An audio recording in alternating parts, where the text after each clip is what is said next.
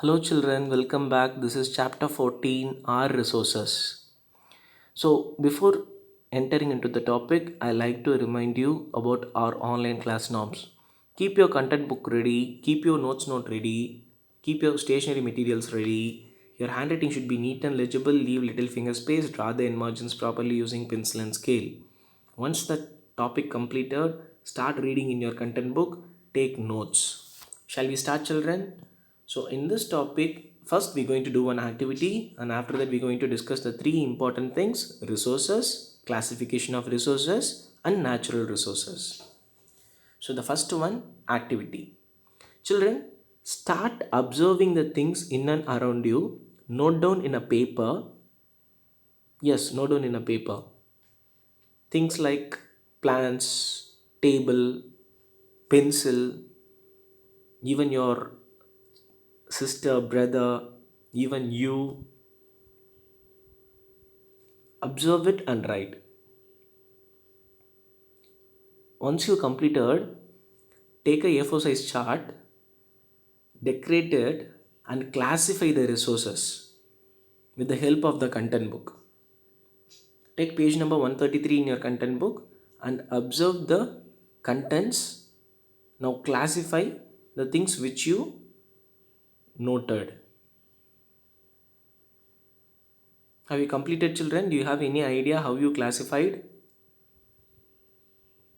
The important thing is that completed chart should be kept in the portfolio children. Shall we start the topic? Yes. What is resource? Resource is an object or a substance that can be used to satisfy the human need. So what are the things which satisfy the human need are called resource. For example, sunlight, water, coal, electricity, fruits, vegetables, all these are resources. They have some value. They are utilized by the human being. They satisfy the human need. Is it clear, children? So, once again, I repeat, resource or an object or a substance that can be used to satisfy a need of human being. Is it clear, children? Yes. So, as the human civilization developed, children, the use of the technology also increased. So, we transformed the various natural gifts. For example, soil. We changed the quality of the soil by using the fertilizers and we started to cultivate the crops. Waterfalls. Previously, it was just a waterfalls. Then, what happened, children? We started to harness the energy and we are creating the hydroelectricity. So these are all resources. The next one, the resources anything that have some economic and aesthetic value. What is meant by economic? They have some value in the market. For example, diesel and petrol, which we are using now for our vehicles. What about aesthetic? It's just an art. For example, if you see any mountain, it may be a big monument. So it have some aesthetic value. So the third one is, with the passage of time, children, our needs are changed and our technology also modified. So for example, we develop alternative source of energy.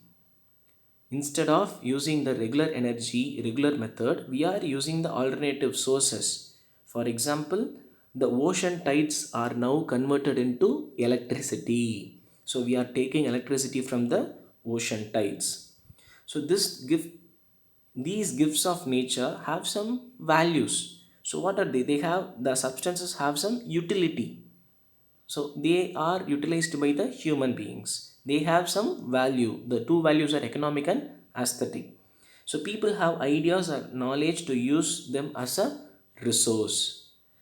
Is it clear, children? Then people have technology or have created a new technology to use them. Is it clear?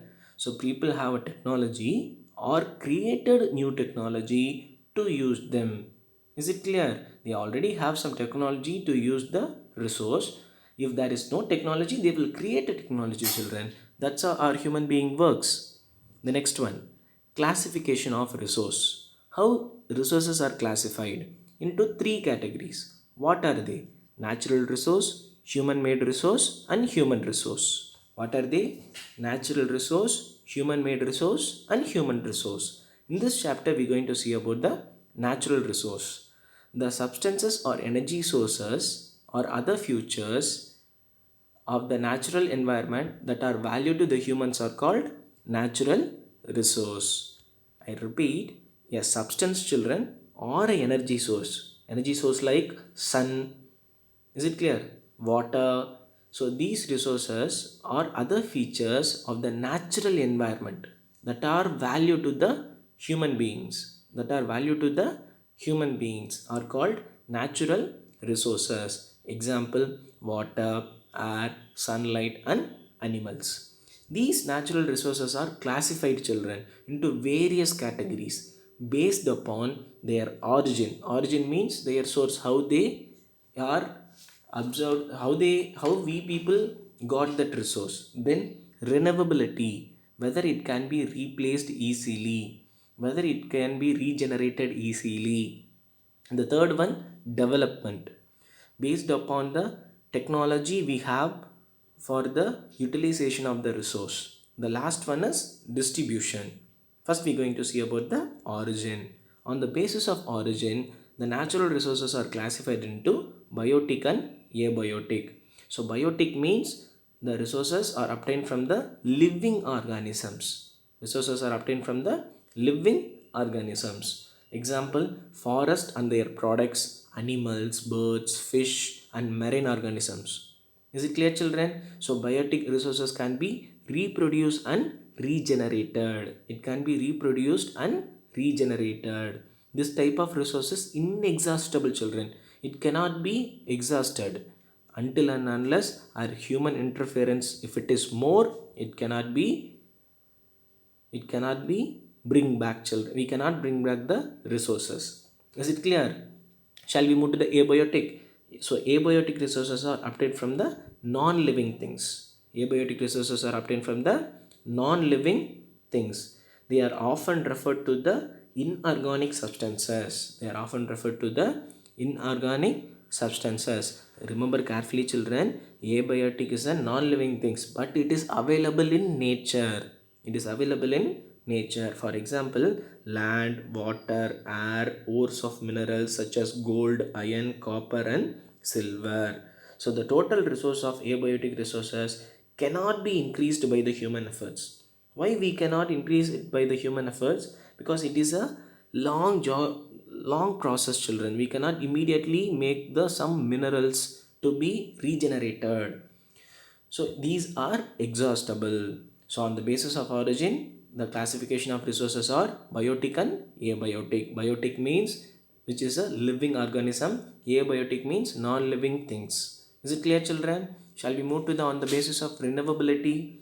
So renewable resources are the resources that can be replenished or reproduced easily. So it can be reproduced easily. Renewable means, wait, children. So on basis of the renewability, it is classified into renewable and non-renewable. So renewable means the resources can be replenished or reproduced easily. For example, sunlight, ocean water, wind are continuously available, children. It is available in nature, so it can be easily reproduced or regenerated. If we use them, it is available, it will not be exhausted. Is it clear? So what about the non-renewable resources? So it is formed due to the geological process over a long period of a time.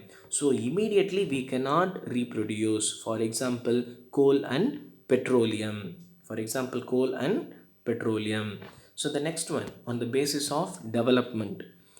So what is mean by development? On basis of our development to use those resources. For example, so we have two categories, potential and actual resource. Potential and actual resource. So potential resources that exist in a region. It will exist in a region, children.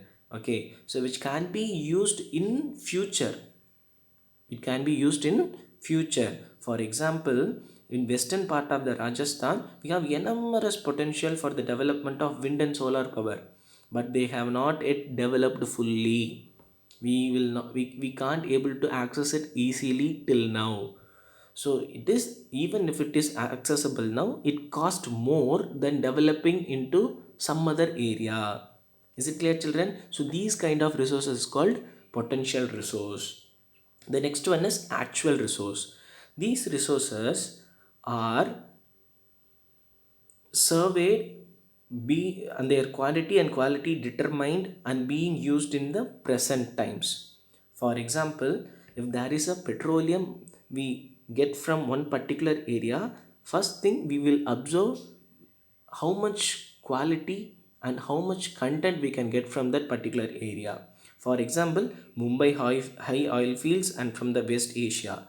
Okay, is it clear, children? So the actual resources are the resources which we can calculated their capability and we are using now. Is it clear? So on the basis of development, there are two categories. One is potential and actual. Potential means they are useful, but they are not accessible now. It can be used for the future purpose. Actual means we are using it in the present date times. The last one is on the basis of distribution. On the basis of distribution, it is classified into ubiquitous resource and localized resource. So what are the categories? Ubiquitous resource and localized resource. So ubiquitous resource means the resources that can be found everywhere. It can be found everywhere. Example, sunlight, wind, water. So these resources available to each of us equally. We can use it equally, children. So the next one is localized resource. Localized resource are the resource that can be found only in the certain parts of the world. For example, copper, iron, coal and petroleum. So on the basis of distribution, the resources are classified into ubiquitous resource and localized resource. Ubiquitous means it can be found everywhere. Localized means it can be found only in the certain parts. Is it clear, children? So what are the things we have discussed? We have discussed about the resource. So resource is a substance or object that can be used to satisfy the need.